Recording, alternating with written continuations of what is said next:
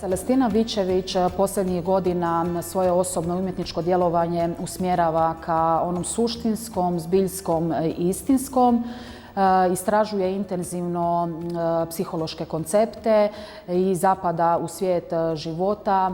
energije, snage, borbenosti i naravno u konačnici ono što je za nju i najključnije ženskog principa i sve u svrhu procesa samospoznaje. Izložba, odnosno projekt, kako ga Celestina jako lijepo definira, umjetničko-grafičko-poetski projekt Ja, žena, travka, stvarateljica, je jedna vrsta nastavka, odnosno nadogradnje njezinog prethodnog ciklusa. U smislu vizualnog jezika to je i dalje snažan kontrast najviše crvene i bijele, s tim da ona obogaćuje cijeli ciklus intimnim vezama,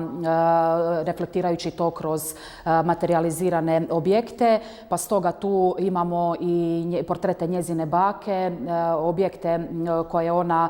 sitnim vezom ukrašava, između kojeg je stvorena snažna intimna veza, čime zapravo nadopunjava ono što je njoj u ovom projektu bilo ključno, a to je da u fokus stavi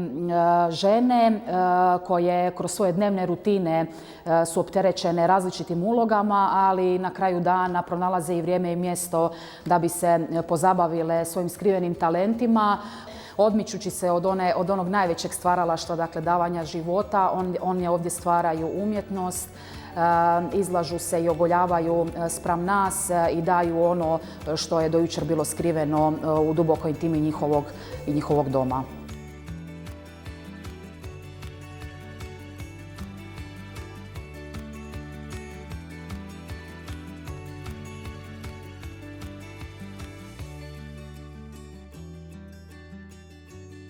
Kao što travka probija asfalt, iako je tako mekana, tako su i ove žene po prvi put na neki način izašle sa tim svojim stvaralaštvom koje je nekako tajno,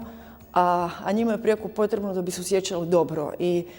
nit vodilja je bila znači ta ženska energija i život žene mimo sveg onog svakodnevnog i koliko je zapravo važno da podupremo takav vid izražavanja, bez obzira jesu to amateri ili profesionalke ili što god. I na neki način mislim da je to važno općenito za sve ljude.